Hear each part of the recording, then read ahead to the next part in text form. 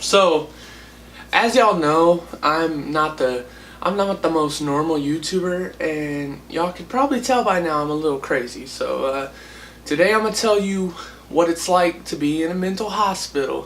So yeah, I've been to a mental hospital twice, and I really don't want to get into details on why I was there, but just know I'm not like a psychopathic killer that's out here just murking people left and right, going on 25 kill streaks. I'm just a normal kid that's a little sad. Because I feel it's important for people to realize that when people go in there, it's not like straight jacket fest where everybody's screaming and crying all the time. It's not like that at all. It's really kind of just like a camp where you can't do much.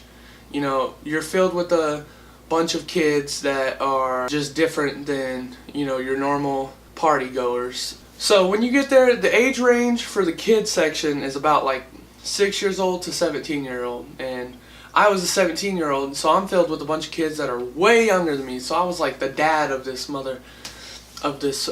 prison. I remember there was a 6-year-old, and the nurses or the techs were being really rude to him because he was crying a lot because he missed his mom or whatever. And so I kind of comforted him and made him feel okay. And they thanked me for making him feel okay. So I guess that's a good thing. You weren't even supposed to talk to the girls. Can't talk to the guys, and nobody can talk to the little kids. So it's kind of weird.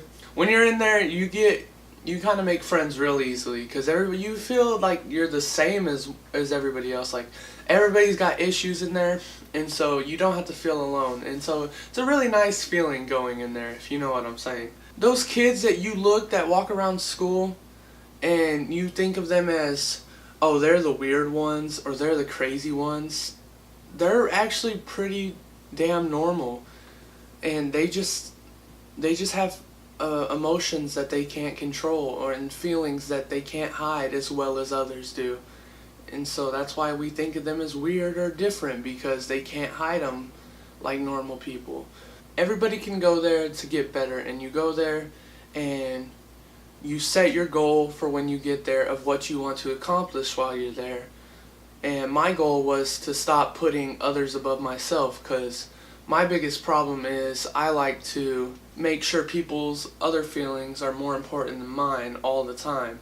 And that really can set me up for failure in my own head, because I start to feel less than others, and I feel worthless, and I feel all these other things. So my biggest goal while I was there was to set myself first and then other people, just so I could realize that I'm important too.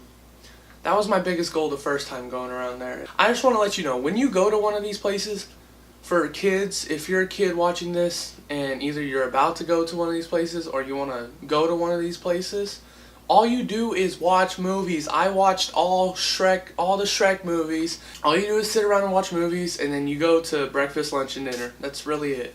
I think the most important thing about going there is you get to see people who are just like you, and it kind of opens you up to the interpretation of that you're not alone, and it's okay to be you. And I think that's a beautiful thing of going to one of these places. Even if people are looking out from the outside thinking, oh, wow, he's going there, he's probably really crazy and he's probably killed his dog or something like that. No, I'm sensitive and I'm depressed. I don't want these things to seem like I'm begging for pity from you right now, because I'm not. I don't give a fuck what you think about me. This is who I am, and I can't control it. I'm on medications. If there was a thing I could tell you when you're going into one of these places, it's don't feel like you're crazy. Feel like you're going to a place where you can feel like you belong. Because you're not crazy and you're not different.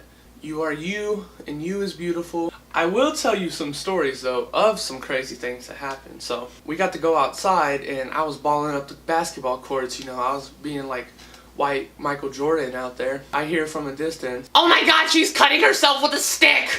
These girls run over and they tell the nurses real quick. They're like, "She's cutting herself with a stick," and the nurse is like, "Oh, she'll get over it." Like, what the hell?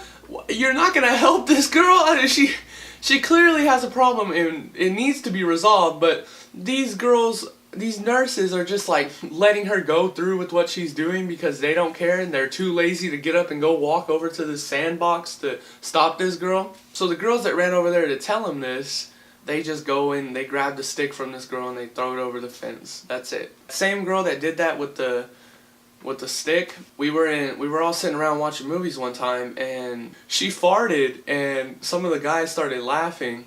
She stands up and she was like, "Screw you, screw you, screw you." Keep in mind, the tables that we have sat around the little lobby area where we all have to sit all day are filled with sand.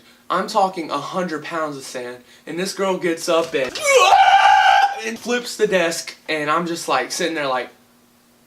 But yeah, thank you all so much for watching, and if you go to one of these places and if you're feeling a sort of way, just know you're not alone, and it's okay to be different. It's okay to have these thoughts because you're still you, and you is beautiful. And I'll say that any day of the week, just to let you know. And if you're watching this and you personally know me in real life, and you're like, wow, he's been to a mental hospital? Crazy. No, I'm not crazy, but I will take your mom on a date.